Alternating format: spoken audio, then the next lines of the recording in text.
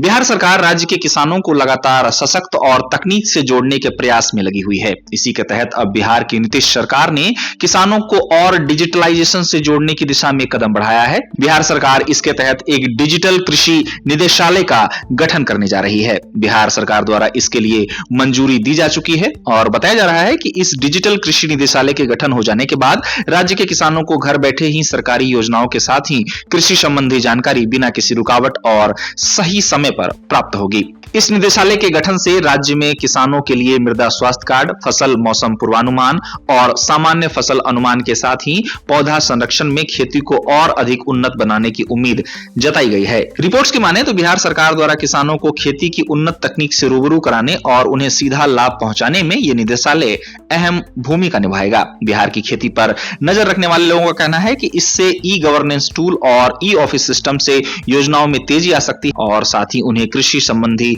जानकारी ऑनलाइन बिना किसी बाधा के प्राप्त हो सकेगी। उम्मीद ये भी की जा रही है कि इससे विभागों के बीच समन्वय भी बेहतर होगा और किसानों की मदद करने में और अधिक तेजी लाई जा सकेगी। गौरतलब है कि खेती बिहार की अर्थव्यवस्था में मुख्य भूमिका निभाती है। यहाँ की मिट्टी विभिन्न प्रकार की फसलों के लिए उपयुक्त है, जिससे किसानों को अच्छा लाभ भी मिलता है। बिहार की नीतीश सरकार की कोशिश है कि किसानों को अब डिजिटल तकनीक से जोड़कर उन्हें खेती में और आगे बढ़ाया जाए। बता दें कि बिहार के मखाना को हाल ही में जीआई टैग भी दिया जा चुका है। साथ ही बिहार का सुगंधित कतरनी चावल भी भारत सहित विदेशों में अपनी खुशबू बिखेर रहा है।